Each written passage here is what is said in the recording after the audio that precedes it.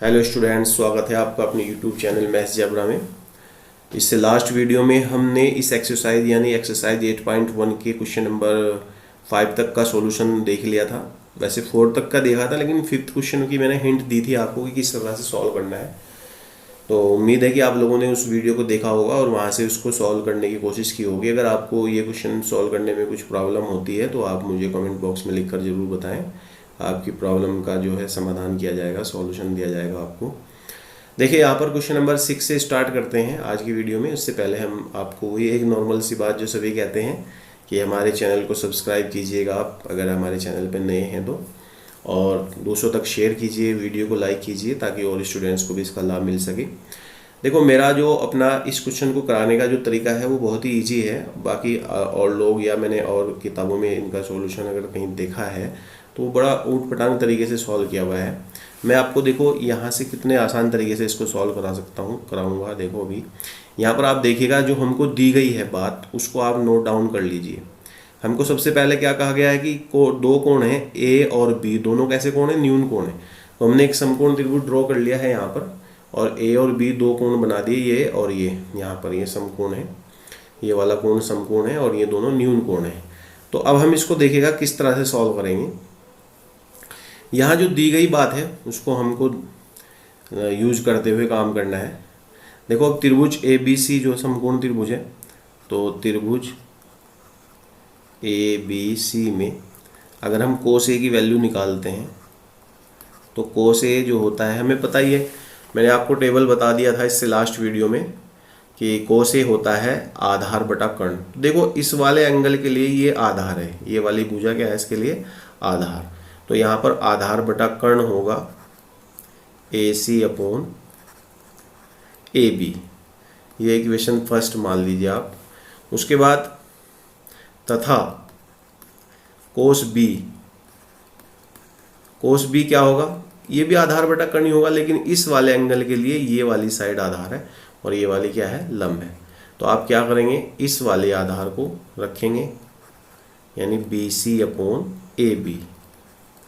ये equation second हो गई है यहाँ पर। अब आप देखिएगा, अब यहाँ पर देखिए आप कि जो दिया है हमको उसे यूज करेंगे। दिया है cos A is equal to cos B. तो यहाँ पर cos A is equal to cos B दिया है, तो इसकी वैल्यू आप पुट करें। कोस ए की वैल्यू कितनी है? इक्वेशन फर्स्ट और सेकंड से कोस ए की वैल्यू कितनी है? A C upon A B. और कोस बी की वैल्यू कितनी है? B C upon A B. तो देखिए, ए बी से ए बी कैंसिल हो जाएगा और ये आ जाएगा A C is equal to B C.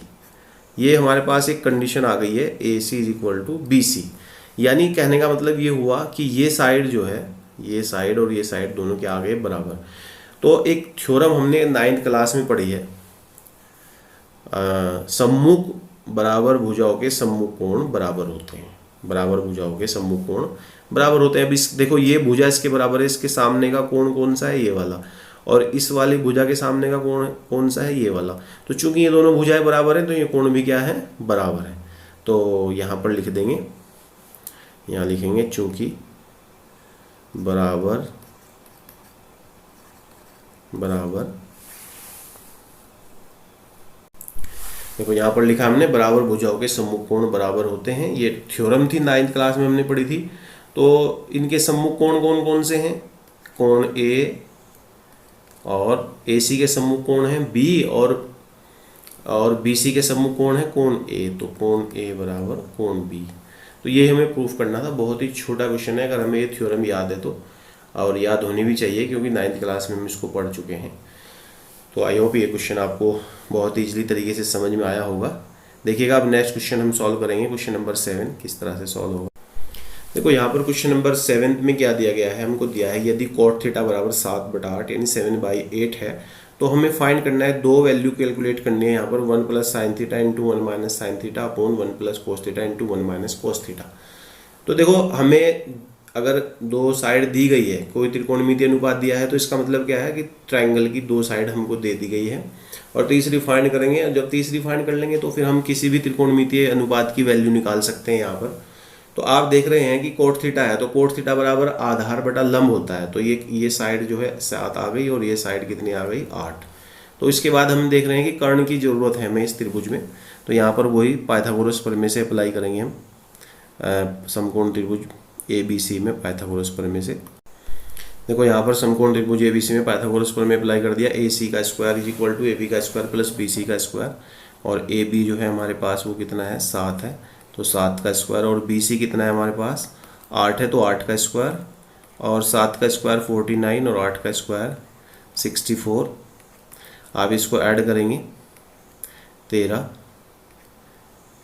Root 113, sorry root AC की वैल्यू जब आप AC स्क्वायर ही आ जाएगा और AC is equal to root 113, इनको दोनों को जोड़ेंगे तो इसका जो कर्ण है वो आ गया है हमारे पास अंडर रूट 113। तो देखिए किस तरह से हम इसको करेंगे। अब यहाँ पर वैल्यू हमें फाइंड करनी है 1 plus sine theta into 1 minus sine theta की, तो 1 plus sine theta into 1 minus sine theta और अपोन में 1 plus cos theta into 1 minus cos theta. तो अकॉर्डिंग टू जो फॉर्मूला शुरू में बताया था एक्सरसाइज शुरू होने से पहले, अगर आपने वो वीडियो नहीं देखी है तो उसको देख लीजिए, उसका लिंक जो है मैं डिस्क्रिप्शन में दे दूंगा आपको, वहाँ से जाके आप देख सकते हैं या चैनल पे विजिट करके देख सकते हैं।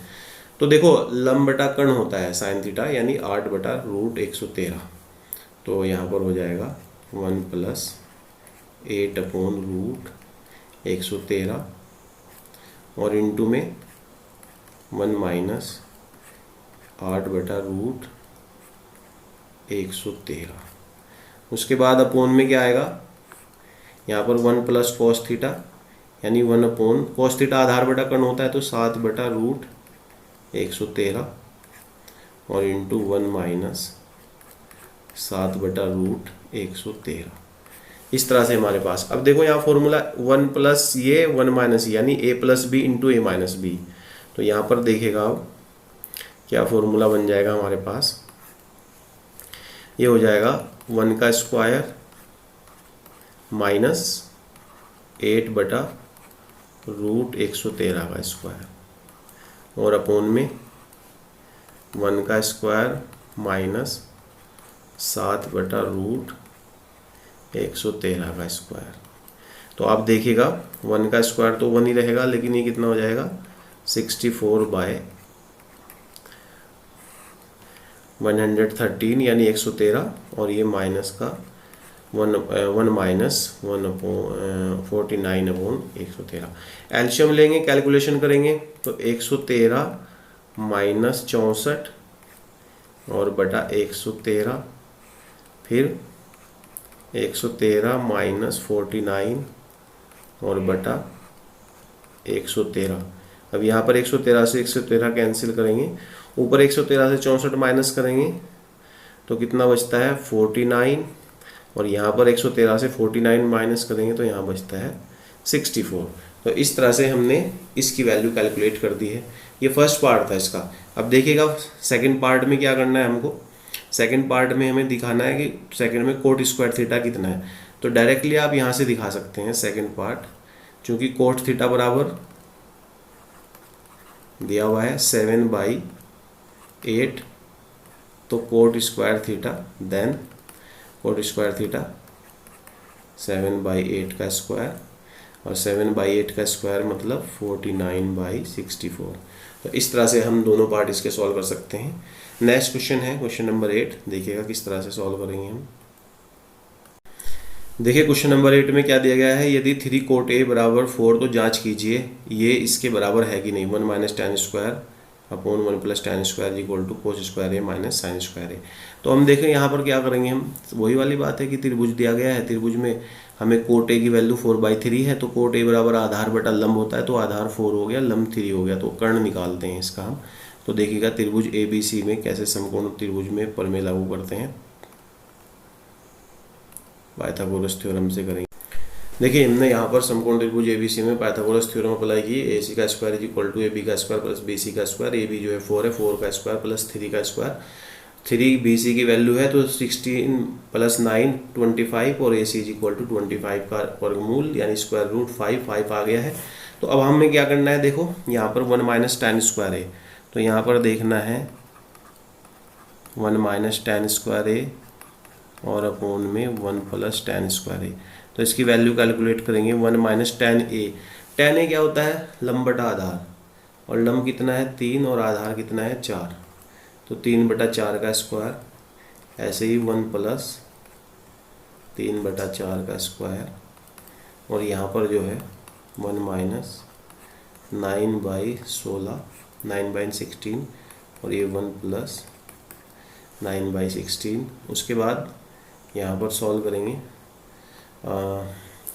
यहाँ देख लीजिए ये यहाँ पर, उसके बाद यहाँ देख रहे हैं हम, तो ये आएगा बराबर लगा के 16 - 9/16 और ये 16 + 9/16 कैंसिल हो जाएगा। 16 9 डिवाइड करेंगे 7 और ये ऐड करेंगे, ये आ गया 7/25 सॉरी। अब हम देखते हैं कि जो कोस स्क्वायर ए है और साइन स्क्वायर ए है इसकी वैल्यू इक्वल है कि नहीं है।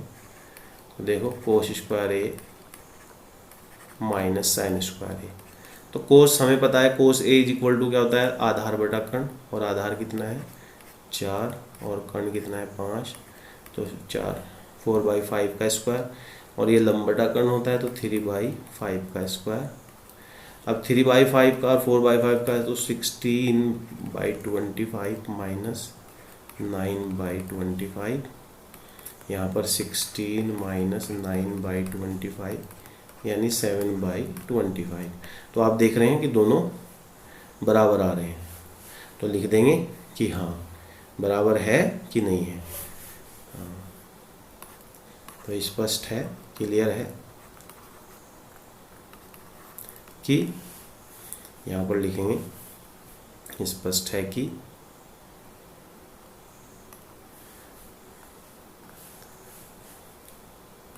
1 - tan स्क्वायर ए और 1 + अपॉन में tan square A is equal to cos square A minus sine square A, दोनों वैल्यू बराबर आ गई है। ओके बच्चों, नेक्स्ट क्वेश्चन देखते हैं। क्वेश्चन नंबर 9 क्या कहता है देखिएगा। देखो यहाँ पर क्वेश्चन नंबर 9 में दिया है यदि tan a बराबर 1/√3 और ये कहा है कि कोण b समकोण है, तो मैंने एक त्रिभुज यहाँ पर ड्रॉ कर दिया है, ट्रायंगल ड्रॉ कर दिया है, इसका कोण b समकोण है, और tan a बराबर हमको पता है लंब बटा आधार है, बार बार यूज कर रहे हैं इस चीज़ को, तो लंब 1 हो गया और आधार कितना हो गया 3 हो गया। तो उसके बाद हम पाइथागोरस प्रमेय लगाएंगे और AC की वैल्यू निकालेंगे। देखिए हमने यहाँ पर AC की वैल्यू कैलकुलेट कर ली है जिसका मान 2 आया है। समकोण त्रिभुज ABC में हमने फॉर्मूला अप्लाई किया, AC का स्क्वायर इक्वल टू AB का स्क्वायर प्लस BC का स्क्वायर। तो AB जो है वो कितना है, √3 है, √3 का स्क्वायर कर दिया प्लस 1 का स्क्वायर कर दिया, √3 का स्क्वायर 3 आ जाएगा, 1 का स्क्वायर 1, दोनों का ऐड किया 4 आ गया, और AC की वैल्यू निकाली तो दूसरी तरफ वर्गमूल चढ़ा दिया, और इसके बाद स्क्वायर रूट करने के बाद 2 वैल्यू इसकी कैलकुलेट होके आ गई है। अब फर्स्ट क्वेश्चन जो है हमारे पास वो क्या है, वो ये करना है हमको sin A cos C और plus cos A sin C, इसकी वैल्यू कैलकुलेट करनी है। तो देखो sin A क्या होता है, इस कोण के लिए बात कर रहे हैं हम, लंब बटा कर्ण, और लंब कितना है 1 और कर्ण कितना है 2, तो 1/2 हो गया। cos C आधार बटा कर्ण, मैंने बताया था इस वाले कोण के लिए ये क्या है आधार है, तो आधार कितना है इसका 1/2, और कर्ण 2 है तो 1/2 हो जाएगा, प्लस cos A के लिए आधार बटा कर्ण, तो A के लिए आधार ये है √3, तो और कर्ण 2 है।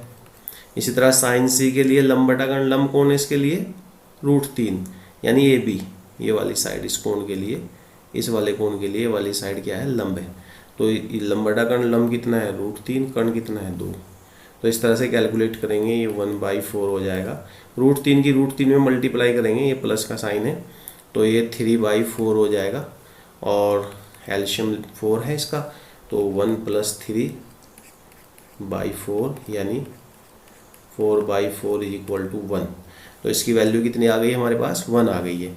दूसरा क्वेश्चन है, सेकंड पार्ट है इसका। सेकंड पार्ट आप देख सकते हैं कैसे कर रखा है यहाँ पर।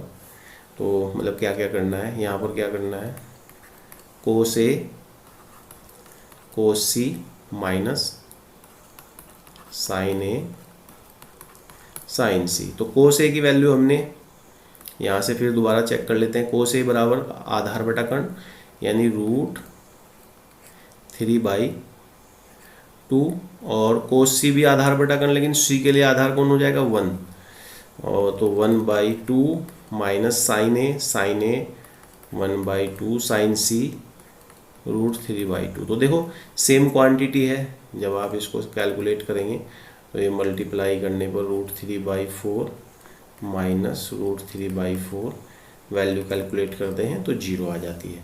तो इस तरह से क्वेश्चन नंबर 9 भी हमारा सॉल्व हो जाता है। और अब देखिएगा क्वेश्चन नंबर 10 को देखते हैं किस तरह से सॉल्व होगा ये। देखिएगा क्वेश्चन नंबर 10 में यहाँ पर ये क्या कहा गया है, त्रिभुज पी क्यू आर में जिसका कोण Q जो है वो समकोण है और P R plus Q R is equal to 25 centimetre है। तो पी क्यू 5 सेंटीमीटर है, तो साइन पी कोस पी और टेन पी का मान ज्ञात करना है। तो देखिएगा इस वाली वैल्यू के लिए यहाँ पर कोण ये Q जो है 90 डिग्री है। देखो हमें जो दिया गया है P R plus Q are दिया गया है, और पी क्यू की वैल्यू जो है यानी ये जो साइड है ये 5 सेंटीमीटर है, ये हमारे पास 5 सेंटीमीटर है। तो हमें वैल्यू निकालनी है। अगर दो साइड्स हमारे पास हो तो उनकी इसको इक्वेशन फर्स्ट कंसीडर कर लीजिए आप। और उसके बाद देखिएगा त्रिभुज पी क्यू आर में पाइथागोरस प्रमेय अप्लाई करेंगे। देखो यहाँ पर हमने अप्लाई कर दिया है, और अब देखो P R square minus Q R square is equal to P Q square, और P R square minus Q R square को हम ऐसे लिख सकते हैं P R plus Q R और into P R minus Q R is equal to P Q की value है 5 और 5 का स्क्वायर कर देंगे यहाँ पर। अब यहाँ पर दोबारा से लिखेंगे P R plus Q R और ये P R minus Q R is equal to 25। इसको इक्वेशन सेकंड कह लीजिए आप। देखो इक्वेशन फर्स्ट और सेकंड से, समीकरण 1 व 2 से देखो P R plus Q are की वैल्यू कितनी है 25, तो यहाँ पर 25 पुट करेंगे आप और ये आएगा P R minus Q R is equal to 25 से 25 को डिवाइड कर देंगे तो P R minus Q R is equal to 1 आ जाएगा हमारे पास। इसको इक्वेशन थर्ड कहेंगे हम, और इक्वेशन थर्ड से और इक्वेशन फर्स्ट को ऐड करने पर तो यहाँ लिख देंगे समीकरण 1 व 2 को जोड़ने पर, जब जोड़ेंगे तो देखो क्यू आर से क्यू आर कैंसिल हो जाएगा और ये ऐड हो जाएगा, तो 2 P R is equal to 25 plus 1 कितना हो जाता है 26, और P R is equal to 2 से डिवाइड कर देंगे तो 3 आ गया। तो पी आर की वैल्यू कितनी आ गई, 13, पी आर की वैल्यू 13 आ गई। पी आर की वैल्यू समीकरण 1 में रख दीजिए, यहाँ लिखेंगे समीकरण 1 से plus Q R is equal to 25 और Q R is equal to 25 minus 13 और Q R is equal to 12, तो ये 12 सेंटीमीटर आ गई। ये कितनी आ गई है। अब देखो हमें इस ट्रायंगल की सभी साइड की जो लेंथ है वो माप है वो सब पता चल गई है, तो हम क्या कर सकते हैं आराम से सभी की वैल्यू कैलकुलेट कर सकते हैं। जिस वैल्यू को इसने कहा है वो वैल्यू कैलकुलेट कर सकते हैं। ये कह रहा है कि मैं यहाँ पर बता रहा हूँ 10p, यहाँ पर देख लीजिए आप 10p की वैल्यू क्या है, साइन p की वैल्यू क्या है, कोस p की वैल्यू क्या है। तो साइन p लंब बटा कर्ण यानी 12/13, कोस p आधार बटा कर्ण यानी 5/13 और 10p लंब बटा आधार यानी 12/5। इस तरह से हम सभी क्वेश्चन सभी पार्ट्स जो भी इसमें पूछे गए हैं उनको सॉल्व कर सकते हैं। अब एक क्वेश्चन और लास्ट बचा है इसका, वो थोड़ा सा एनालिटिक क्वेश्चन है, देख लीजिए, उसको भी हम सॉल्व कर लेते हैं किस प्रकार से सॉल्व होगा। देखिए क्वेश्चन नंबर 11 कैसे। क्वेश्चन नंबर 11 में क्या कहा है कि tan a का मान सदैव 1 से कम होता है, ये बात सत्य है कि असत्य है। तो देखिए tan a की जो वैल्यू है, tan a जो होता है वो हम शुरुआत से पकड़ते हैं, वो क्या होता है, लंब बटा आधार होता है।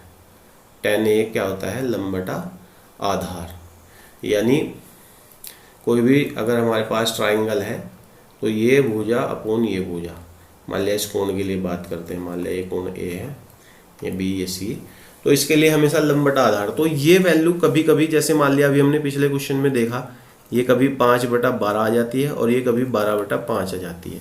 तो tan a का मान सदैव 1 से कम होता है, ये बात सत्य नहीं है, ये बात असत्य है। ये कैसी बात है, असत्य बात है, ये ट्रू नहीं है। उसके बाद दूसरा है, कोण a के किसी मान के लिए sec a का मान 12/5 हो सकता है।